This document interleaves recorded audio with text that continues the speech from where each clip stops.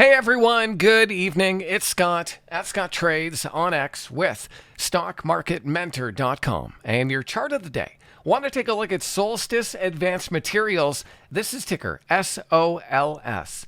Now, Solstice is a spin-off of Honeywell, and Honeywell, in my opinion, hasn't really been tradable for the past couple of weeks. But SOLS is holding up nicely. It did have a bit of a big volume sell-off here on Friday, but it recovered back above that 50-day moving average. Now, as you can see, I've laid out a downward sloping trend line of resistance that clearly the stock just can't get above. It's tried and tried and tried, and every time it does, the sellers step back in. And so what we need to see here on SOLS is a move through and a close above 74.60. If it can do that, then it would get above its high here from that big sell-off bar and ideally show us that the sellers are out of gas and the buyers are back in control.